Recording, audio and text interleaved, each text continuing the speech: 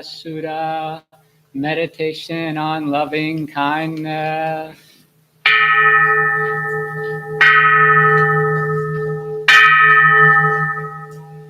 This is what should be done by one who is skilled in goodness and who knows the path of peace. Let them be able and upright, straightforward and gentle in speech, humble and not conceited, contented and easily satisfied, unburdened with duties and frugal in their ways, peaceful and calm and wise and skillful, not proud and demanding in nature. Let them not do the slightest thing that the wise would later reprove. Wishing in gladness and in safety, may all beings be at ease. Whatever living beings there may be, whether they are weak or strong, omitting none, the great or the mighty, medium, short or small, the seen and the unseen, those living near and far away, those born and to be born, may all beings be at ease. Let none deceive another or despise any being in any state. Let none through anger or ill will wish harm upon another. Even as a mother protects with her life her child, her only child, so with a boundless heart should one cherish all living beings, radiating kindness over the entire world, spreading upwards to the skies and downwards to the depths, outwards and unbounded, free from hatred and ill will, whether standing or walking, seated or lying down, free from drowsiness, one should sustain this recollection.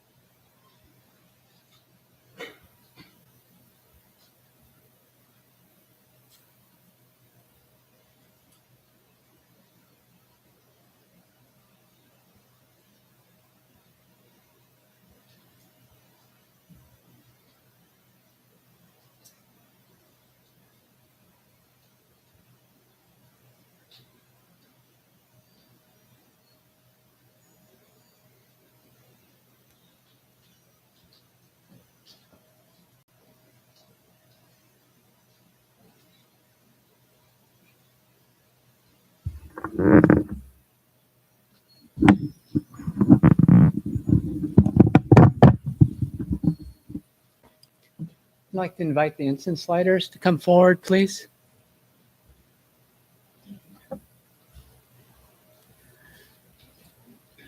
Please join me in chanting the incense offering. It is inside the front of your chant book.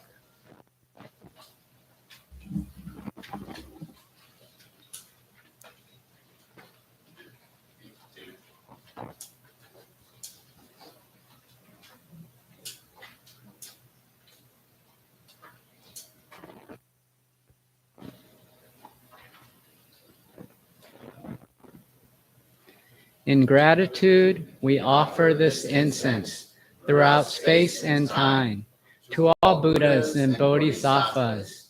May it be fragrant as earth herself, reflecting careful efforts, wholehearted awareness, and the fruit of understanding, slowly ripening.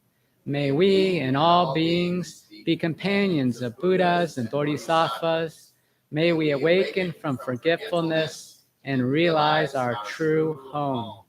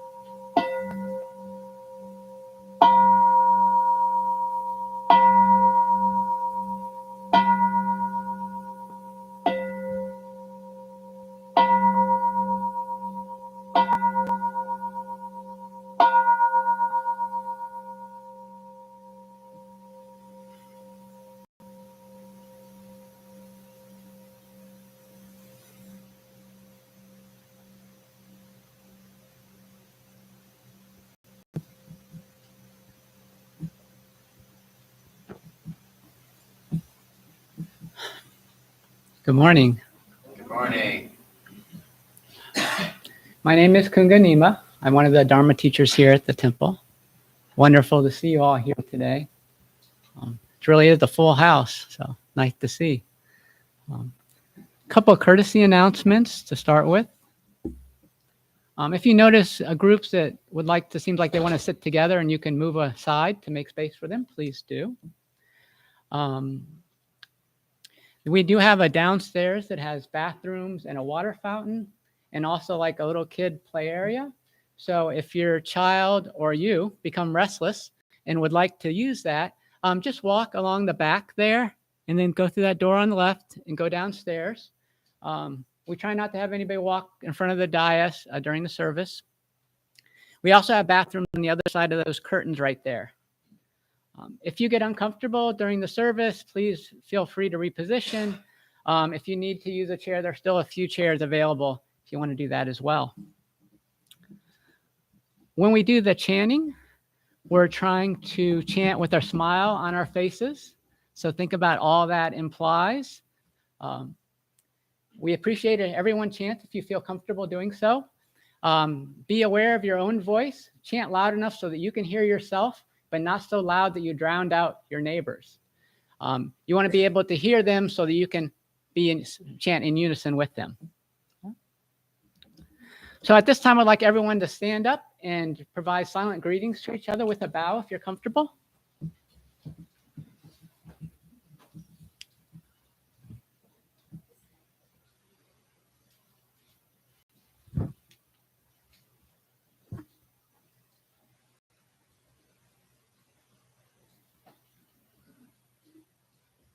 And we will do our first chant while standing. The 3 refuges inside of your chant book there on page 7.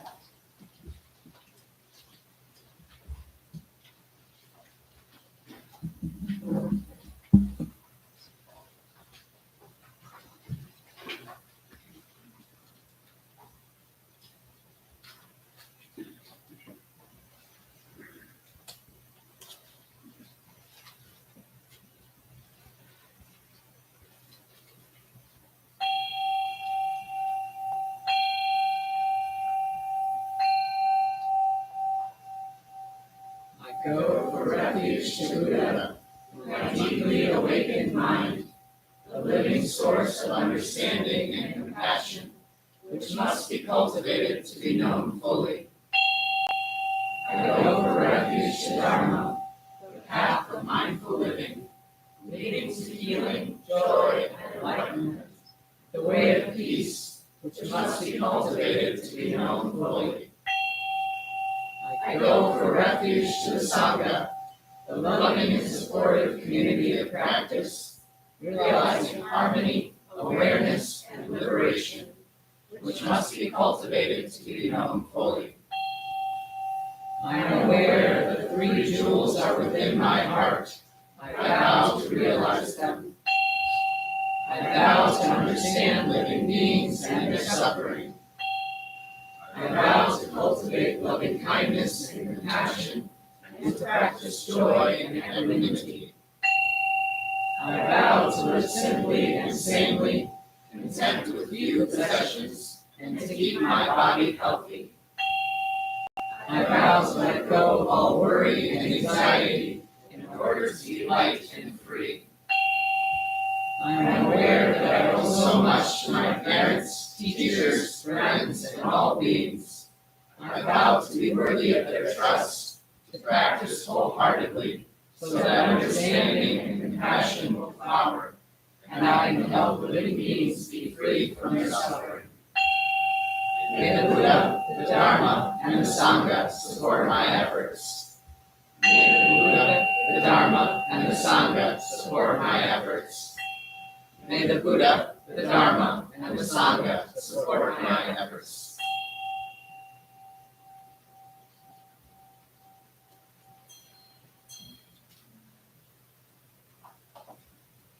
Now turn over to the page 8, and we will chant the Heart Sutra together. And we will begin with the title of the sutra, the Mahaprajna Paramita Hridaya Sutra.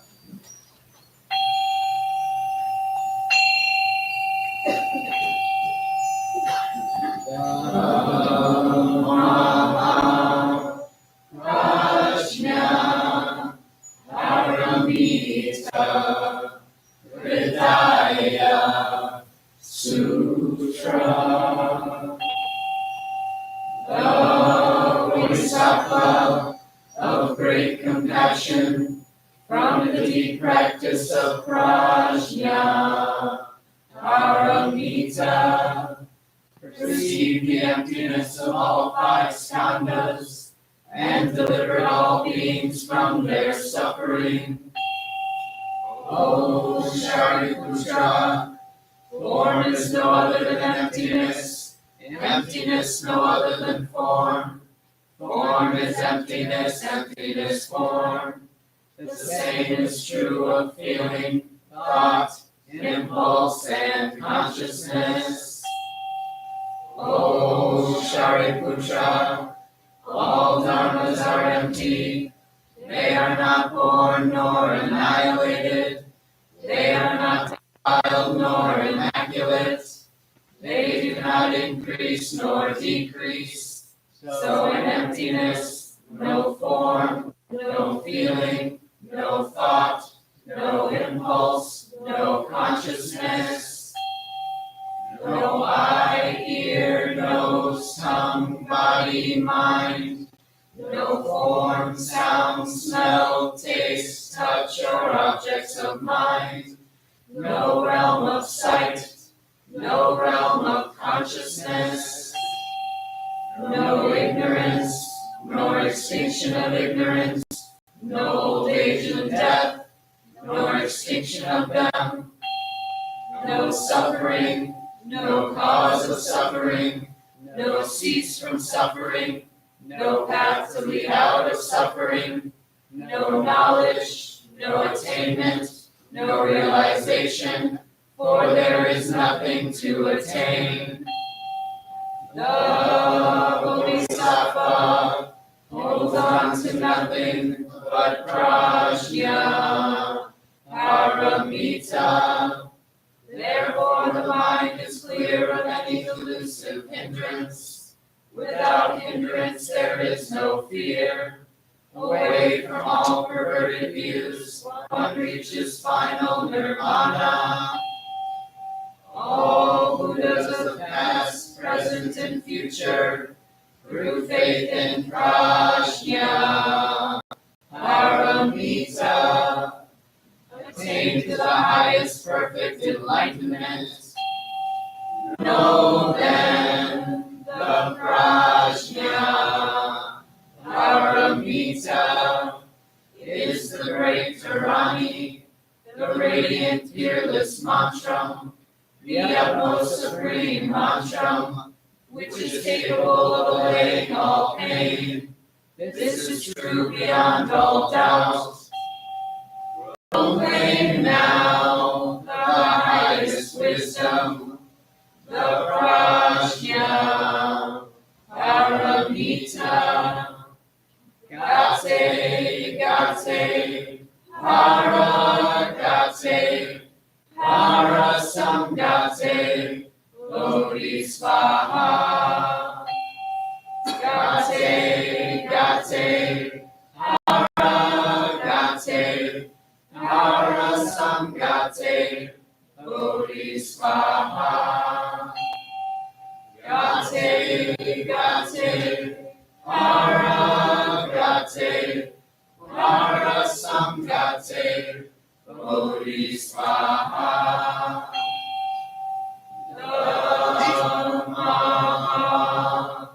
Prajna, Paramita, Hridaya, Sutra.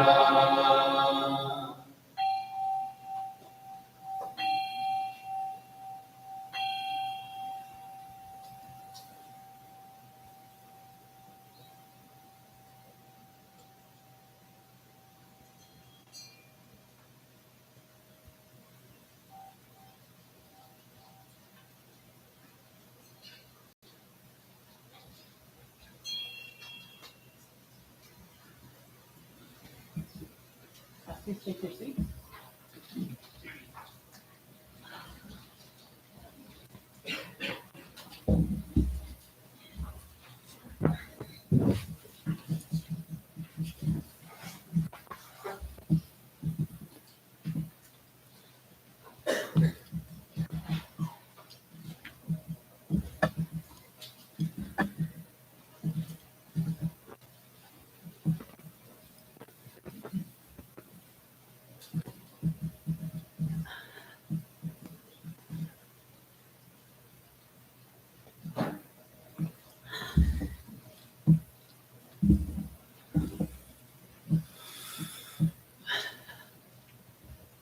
The title of my talk today is Reverence for Life, the First Precept. What we thought, what the Dharma Council discussed was during the fall, while we had the precept class going on, that we would all try and give talks that relate in some way to the precepts so that the entire Sangha could kind of go through this sort of preceptor process with us.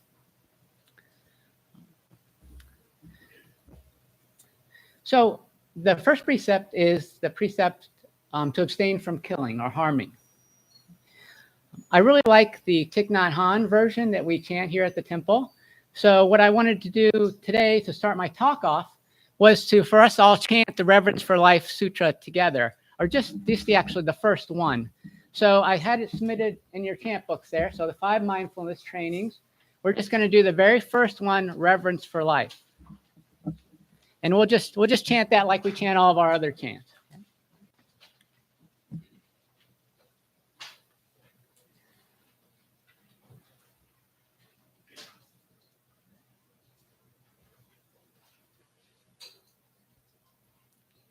Aware of the suffering caused by the destruction of life, I am committed to cultivating the insight of inner being and compassion, and learning ways to protect the lives of people, animals, plants, and minerals.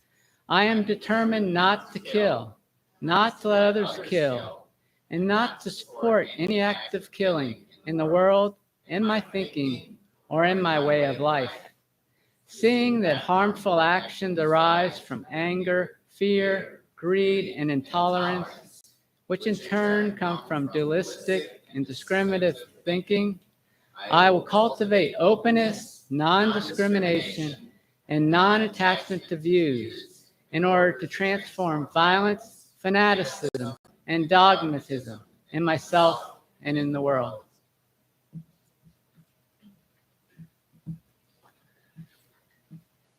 So it's quite an extension, like a lengthy version of the first precept. But I like it because it doesn't just tell you what to not do, but it tells you, what you could do, and how you can support that practice. So today I'm just going to talk about the first couple lines of that chant. And what I want to do is talk a little bit about how we might take those ideas and then put them into our life, our everyday life, And I talked about this idea earlier in the summer. I talked about the pyramid of resolutions, and I talked about how that we can have spiritual aspirations or resolutions. But the trick is, how do we get those lofty ideas into our everyday life? How do we make them into achievable, concrete, time-limited goals? Those are the kinds of things that we can actually enact in life, just like in work. We enact them in life in a way that's sort of making little small changes as we go. So for myself, when I'm thinking about the idea of aspirations or resolutions, I kind of like the idea of looking at my life from the viewpoint of a mountaintop. So from this higher vantage point, I can see sort of where I've been, where I think I've been, and where I am, and where I would like to go. And these aspirations are like pointing me in that direction about where I want to go. These are like the map that I'm going to follow. And in general, in Buddhism, we kind of have 4 great aspirations, which kind of connect with the 4 immeasurables, which we talk about a little bit when we do our joys and concerns. So we have the aspiration to have happiness, to have happiness for ourselves, for families, for others. We have the aspiration to relieve suffering, for ourselves and for anyone we see is uncomfortable. We have this aspiration that they have their suffering relieved. We have the aspiration that we can participate in the joy of others, that when we see someone enjoying themselves, we don't have to feel jealous or greedy, like, oh, I want that, but we could just enjoy it, knowing that at some deep level, we are all interconnected. And then we can have the aspiration for equanimity. And this is the aspiration that when I have challenging times in my life, I won't become completely overwhelmed by them, And when I have, I'm very content and happy in my life, I won't forget to practice, and I won't forget about other people and wanting them to, still working towards helping them to reduce their suffering.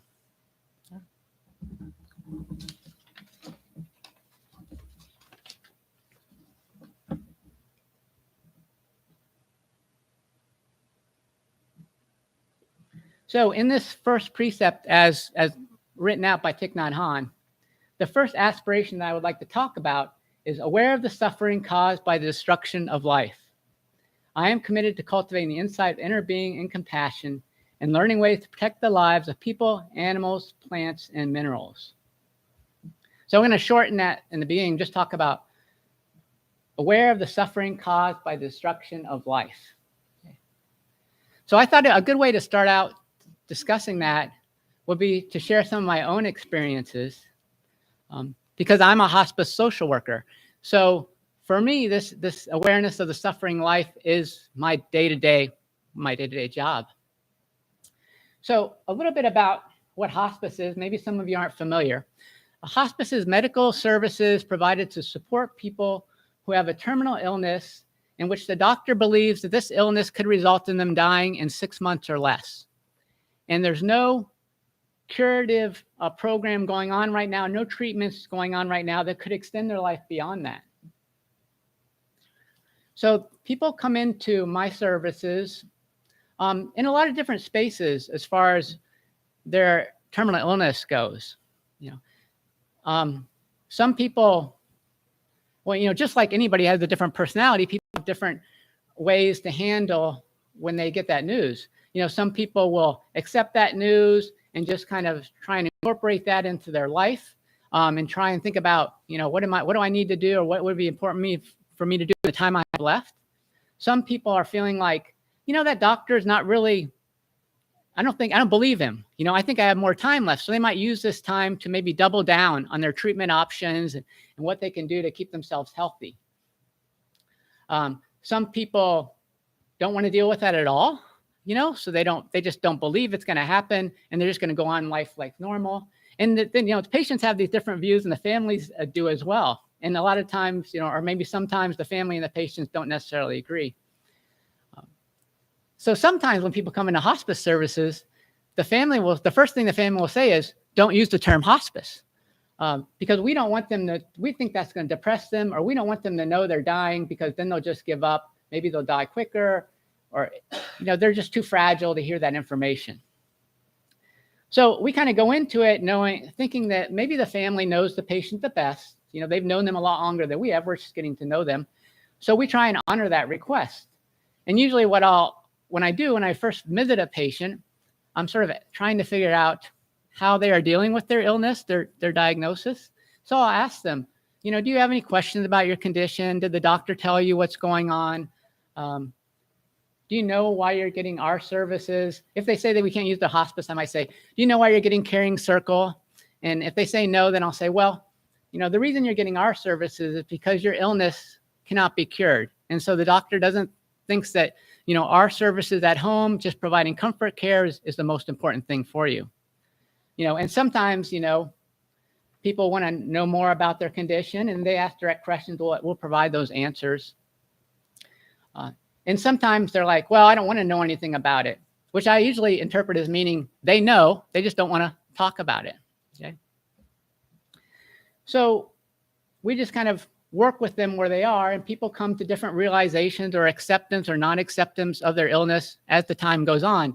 I think it maybe makes the hospice team's work easier if the person's very upfront, because then we can talk very openly about things. But if they're not, then we just deal with what the family is presenting. We just trust that they know what's best for their loved one, and we just try and work with them to provide services that they need them. So it's been my experience, like I said, that when people want to know how much time they have, they want to know if their time is short. Okay.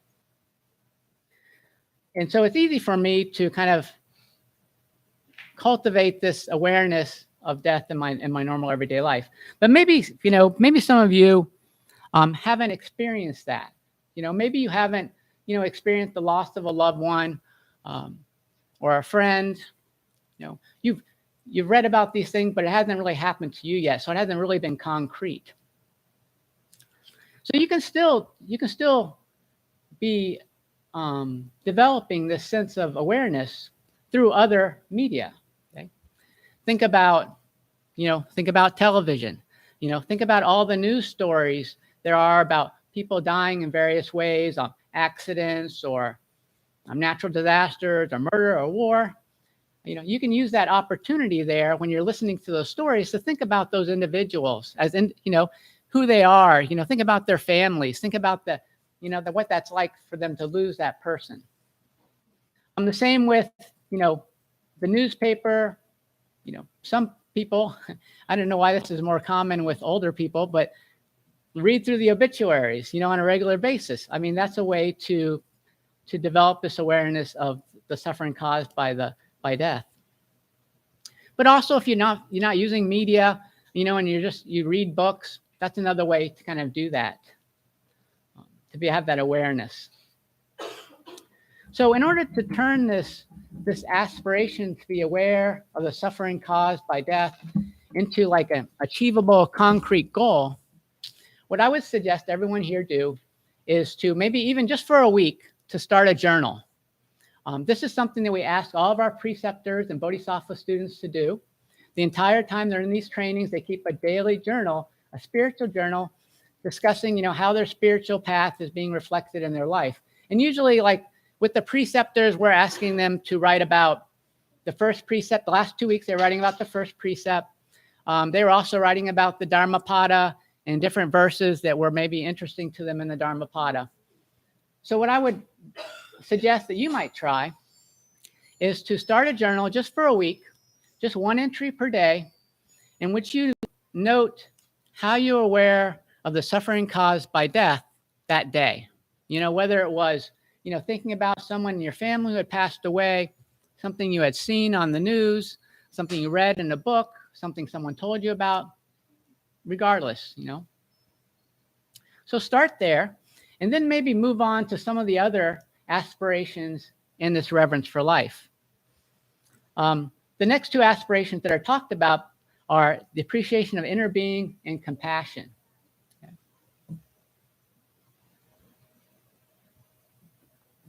Inner being is this idea that we are all interconnected. Okay. So I had another hospice example I wanted to share. When I meet someone for the first time, I usually do a psychosocial assessment. So what this means is that I go and I ask them a lot of questions. And one of the goals is to find areas where they might want my support or social worker support, a place where they might have a need. And the other idea is to get a sense of who they are in a bigger picture. Like they come into hospice with all this medical information background, and how old they are and whether they're male or female or gender neutral, whatever, and if they're married or not married or have another relationship. And I threw that out there, gender neutral, and I feel bad that I said it that way, so I'm sorry for saying that. But we don't know very much about their person, their personality. So I asked them questions like that, like, where were you born and raised? Are you married or not married? Do you have a significant other? Who supports you? What are your hobbies? What kind of work do you do? Just kind of ideas, and just because all these things are part of who this person is and inform their decision about what kind of care they want at this time in their life. And then we get sort of some basic information at the start. Then as we get to know them, we get to know a lot more about what they want, what they don't want. But we kind of have to start someplace. So I was thinking about this idea of interconnection and how that fits in with the idea of not harming. And when I was writing this, my dog was right with me, and I was thinking about, oh yeah, my dog, he gives me a lot of emotional support. And I was thinking about my relationship with animals and how supportive they are. And I thought, well, another way that maybe we could think about this aspiration of not harming life and kind of bring it into our life in a concrete way is to think about our diets, because all of our diets are consuming living things. Whether you're a vegetarian or a vegan or just an omnivore, you're consuming something that's living. And kind of thinking about that and thinking about how you might do you make that, comfortable with this idea that you shouldn't harm any living being? How do you find a balance or a middle way there? So my suggestion was to think about that, and maybe you can include that in your journaling, is to think about, do I eat meat? Do I eat animal products? How comfortable am I with that? Have you thought about that? If you haven't thought about that, maybe doing some research into that. Why do people think that's, causing the animal suffering? Where did that come from? If you've been thinking about it and you're like, oh yeah, I'd like to try being a vegetarian or eating less meat, then maybe give yourself a simple goal, like, 1 meal a week where you don't eat meat, or 1 day where you don't eat meat. And just make it something concrete.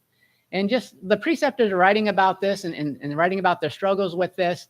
And, I think for any of these changes to really stick in your life, you just got to make them small and gradual. So if you're thinking about you want to do something with your diet, just think really small changes over time. My wife and I are vegan, but we were vegetarian first, and we were probably vegetarian for 5 or 6 years before we became vegan. And even before we were vegetarian, we weren't eating a lot of meat anyways. So it was a really gradual process. So the last thing I wanted to say in this talk, sort of wrap things up, is I just want you to consider that the precepts came from the Buddha directly to his Sangha of monks and nuns and lay people as a way to support their meditation practice, okay? The idea is that when we're looking at the precepts and we're considering our action, the body, speech, and mind, we're thinking about karma. This idea of karma is that our actions of body, speech, and mind have effects in the world. When I first heard this, I thought, oh, well, how can my thoughts, what are you talking about? My thoughts have effects in the world. How's that possible? And I think the easiest answer is they have the effect on you. What you think about is who you are. The Buddha talks about that in the Dharmapada. It's what you think about habitually is who you are. And if you are constantly feeding your mind with violence, then you're going to be a more violent person. If you're constantly feeding your mind with greed, you're going to be more greedy. That's just the way life works. So these precepts are really trying to set up a stable meditation practice. So the less negative karma or unskillful karma or unskillful acts that you put out into the world through your body, speech, and mind, the more easy it is for you to find peace of mind in your meditation. You're not going to be worrying about the negative effects of your actions because your actions have only been positive. And that's going to help you with stabilizing yourself and developing that that focused concentration so that you can really dive into the Eightfold Path. Okay, so I want to stop right there and get us ready for our meditation. We've been sitting here for a while, so if you feel like you need to take a seat in a chair, we have some chairs available. Feel free to get in a more comfortable position on your cushion as well. Most of us are sitting, it looks like all of us are sitting on the cushion on our bottoms, but you could also kneel on the cushion, meaning you kind of get in a kneeling position. You put the cushion behind your bottom. That's a different way to sit as well.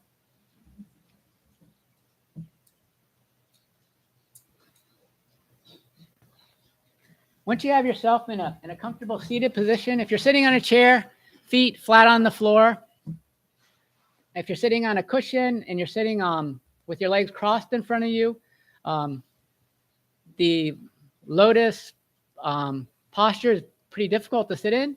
So if you can just have your legs one right in front of the other, that is acceptable. Spine straight, shoulders back. Tuck your chin in. And for the focus for your mind, just bring awareness to your in-breath and your out-breath.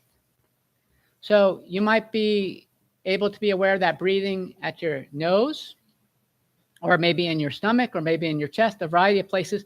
Try and pick some kind of a neutral spot Or you can be aware of the breathing without feeling like you have to take deeper breaths or shorter breaths or, get uptight about it. Some people can't follow their breath at all that way.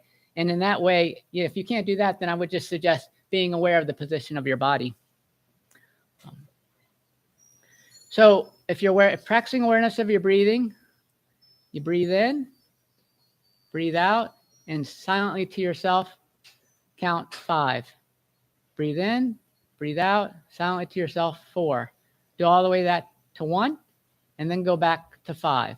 And just try and maintain that focus. If you find yourself, you lose count, or you count too high, or you get the wrong number, just bring yourself back to that point of focus. And the more you do that, the more practice you're getting. I will sound the bell to start our meditation and also to end.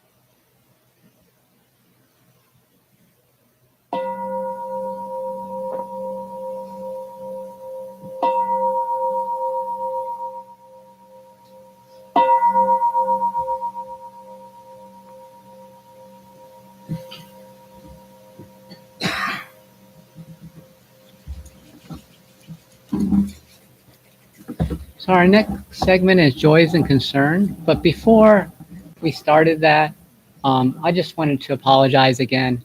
When I was giving my talk, I felt like when I said gender neutral, I felt that was like flipped when I said that. And I think it's really important that the temple be a place that acknowledges the suffering that people experience through struggling or through trying to come to terms with their gender identity. And I just didn't want anybody to feel like that I was making light of that situation. I realized that that can create a lot of suffering in our lives. So, thank you. So, joys and concerns, an opportunity for us to participate in each other's lives a little bit more, and also to practice with the four immeasurables: loving kindness, the wish that others have happiness; compassion, the wish that others and ourselves have a reduction in our suffering; sympathetic joy, the development of our ability to share in the joy of others; and equanimity, just that ability to be in our life and not be overwhelmed by the suffering that we experience or the happiness. And it's very easy to be overwhelmed by happiness or the point where you neglect your spiritual path. And sometimes that's like a hidden problem, because you don't think about it. You're like on vacation, you're enjoying it, all of a sudden you don't have any time to practice. If you would like to share joy or concern, just raise your hand and a mic will be brought to you. The microphones are for people online. We don't really have a speaker system set up in here yet, so please speak loudly so that everyone can hear you. Thank you.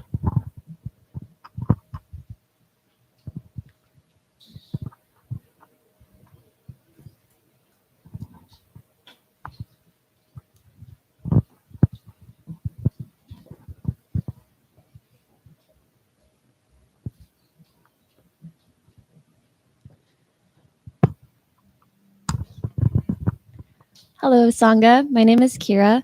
I have a concern to share today. Just that my father's been struggling with a really intense cancer diagnosis, but the hardest part about it has been that he has lost some of his ability to be kind to the people around him. So to all the people around him, I also wish kindness to them as well.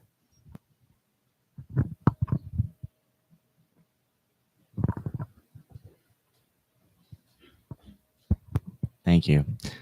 My name is Shane, or Gajisu is my Dharma name. I wanted to share slight concern, but mostly a joy. Last September 15th was the anniversary of my grandma's stroke, and October 11th is coming on her death anniversary. And I've been holding a lot of grief, and it's been really triggering lately, but I had an amazing experience yesterday at a mindful movement class with Whitney Piles, where I had just so happened to meet one of the art prize finalists who was there.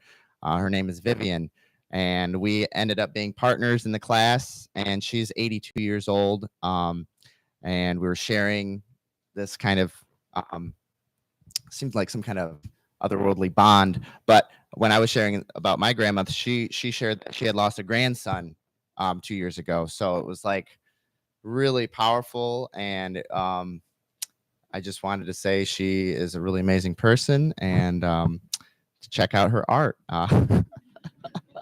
It's really great. And I had happened to check out her art before I even met her, and it was very serendipitous. So yes, thank you.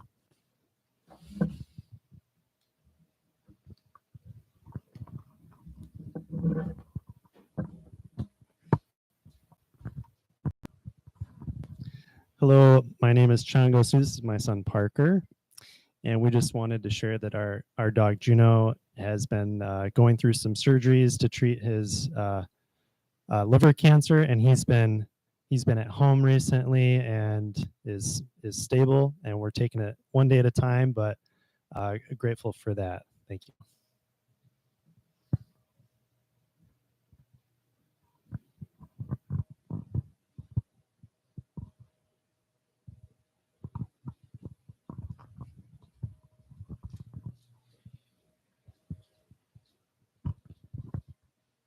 have we have a concern from JC. They said, I didn't have enough gas to go anywhere today, and I'm not getting enough hours at work to cover my expenses or pay off my debts. Then we also have a Joy from Young Soo. He says, I am now a great grandpa. Matthew Patrick Damon Carlson was born 9/21/2023, 12:51 p.m., 9 pounds, 2 ounces.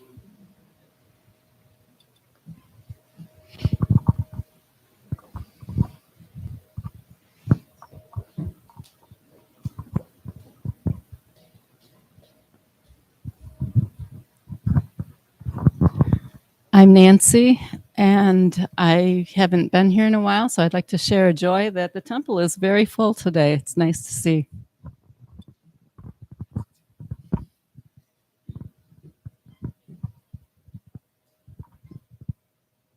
I wanted to share joy. Last week I was able to take a week off and go to Mackinac Island, and we visited there for the day before, but we never actually just stayed there, and it was really nice to just kind of be there without the cars and have this community that's kind of based around, like bikes and horse and buggy. It was just much more peaceful. And I saw these bunch of construction guys like going to work, and they're all like sitting on the back of this horse, and it's like plodding along, like this. I'm like, wow, this is so different. So thank you.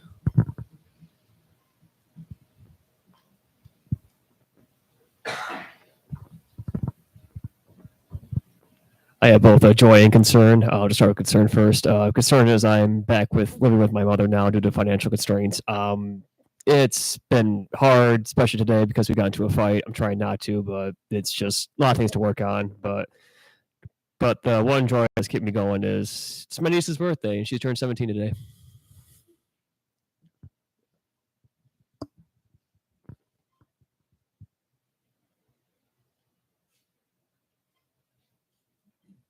All right, so we're going to take a moment to hold those joys and concerns in our heart.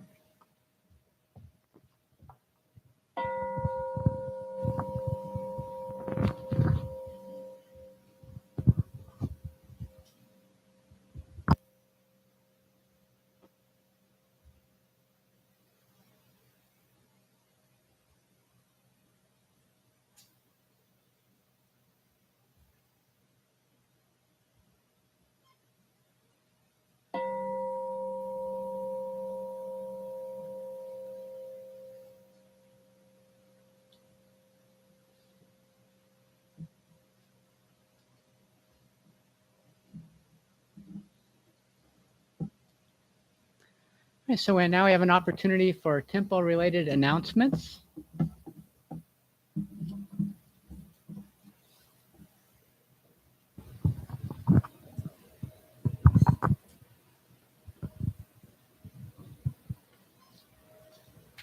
Hello, everyone. My name is Anna, and I'm on the Temple Auxiliary team. So we are collecting donations of items for an online auction this fall to benefit the temple.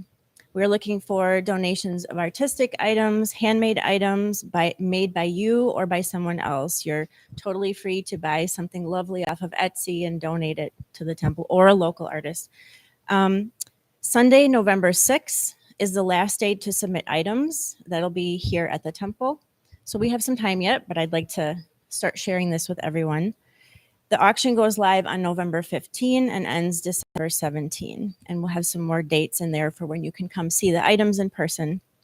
If you have questions or any donations, see myself or Gail, who I don't see today, or one of our teachers can also direct you in our direction. Thank you.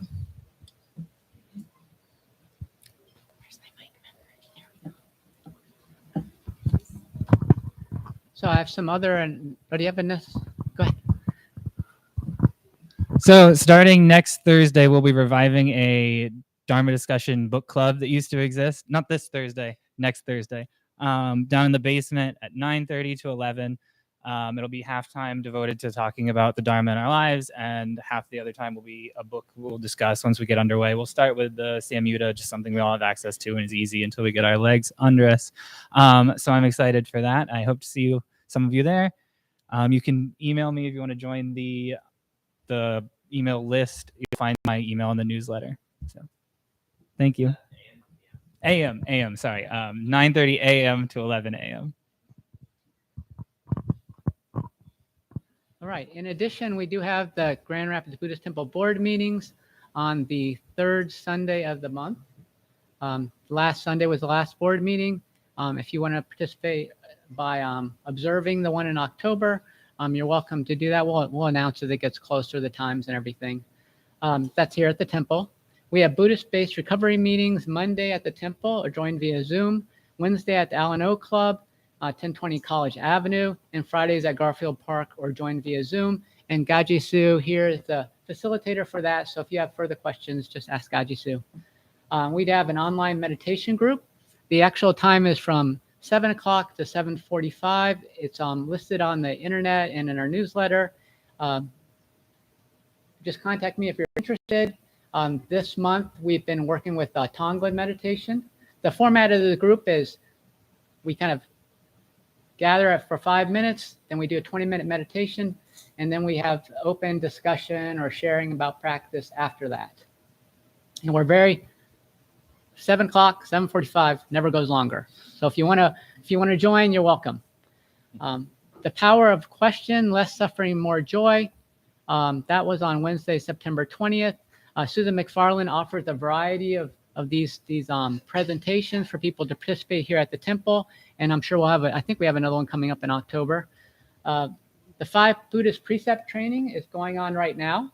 The preceptors are assisting us with doing the incense lighting and being greeters, setting up the temple before we start. And then they also have meetings, 2 meetings a month. And today is one of their meetings. So today, social hour and tea time will be briefer.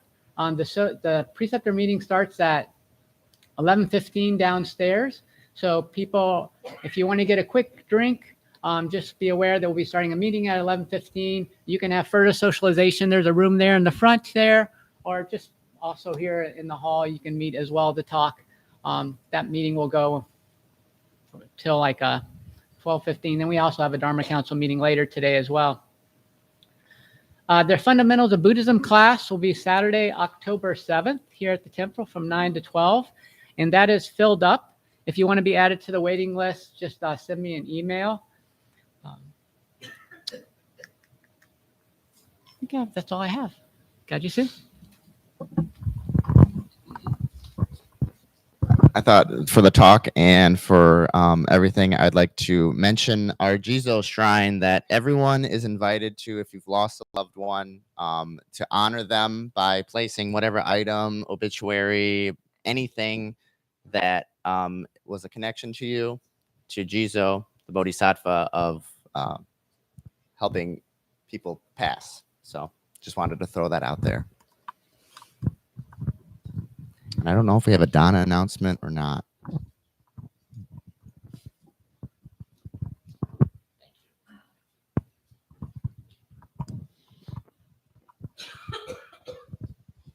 Hello, my name is Jake. My Dharma name is Atrasta, and it's my turn to do the Dana announcement. So this temple is supported entirely through the efforts of everyone here. The teachers, the tech team, everyone around you helps keep this place running. Nobody associated with the temple collects any kind of compensation. There's no paycheck for teaching. There's no paycheck for cleaning.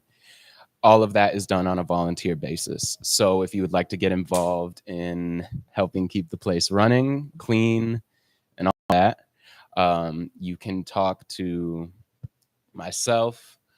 You can talk to Kate, or Gail's not here. We already established that. And I would also like to, again, appreciate the preceptors who are helping keep the temple clean in the mornings. If you would like to help donate items, toilet paper, paper towels, stuff like that, we can always use toilet paper. And if you would like to donate monetarily, we have Donna boxes at either end of the hall. And they also have a QR code that links to PayPal. Anyone watching on YouTube, there's a show more option with a link to where you can go to donate. And there's also a link on zengr.org. And I think that's everything. So thank you. So before we do our closing gathas, when you leave your cushion, arrange it neatly. Try and put the so the zabuton is the square one on the bottom. The zafu sits on top. So make sure the zafu is sort of in the center. Tag faces the back. Everything looks straight around your area and clean. The chant books, make sure that the incense offering and the other chant handouts are all in the front of the book. And then just someone will be coming around, just hand it to that person collecting books. Okay. Please stand for our closing gathas.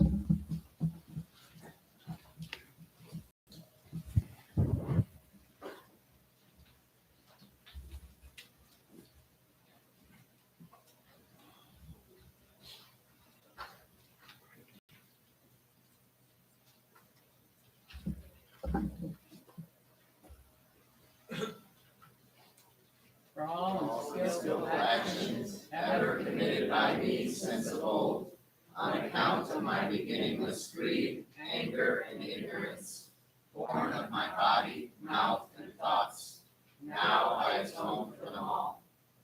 Vast is the robe of compassion, a formless field of benefaction. I wear the Buddhist teachings for the benefit of all sentient beings. All beings, one body, I vow to liberate. Endless blind passion, I vow to uproot. Dharma gates without number, I vow to penetrate.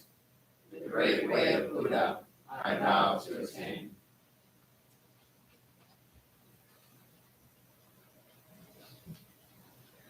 And I invite the right side here to face the center, and the left side to face the center. Down to each other.